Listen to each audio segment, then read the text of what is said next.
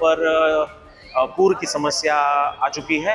यहाँ दो दो माले तक का पानी भर चुका है। દક્ષિણ ગુજરાતમાં ભારે વરસાદને કારણે અહીંની ખાડીઓ તણાઈ ગઈ છે.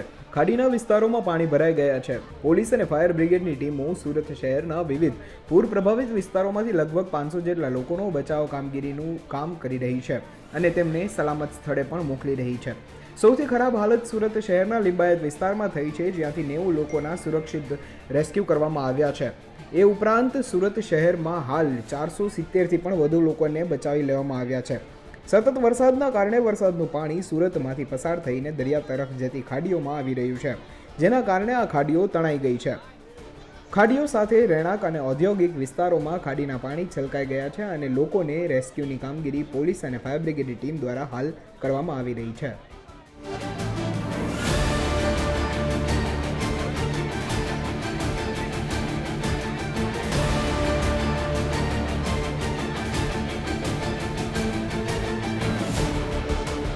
ये मीठी खाड़ी विस्तार है। यहाँ पर पूर की समस्या आ चुकी है।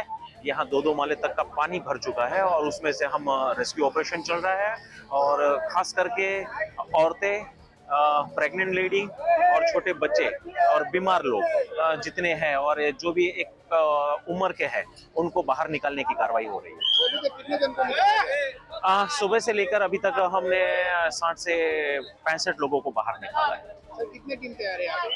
फिलहाल 3 से 4 टीम यहाँ पे काम कर रही है, बोट के साथ, लाइफ जैकेट और रिंग बोया के साथ। कितनी मुश्किल आ रही है जैसा बारिश भी हो रही है और पानी भी खूब हो रहा है और पानी का स्तर बढ़ते जा रहा है, पर फिर भी कोशिश कर रहे हैं कि जितना हम रेस्क्यू कर पाए।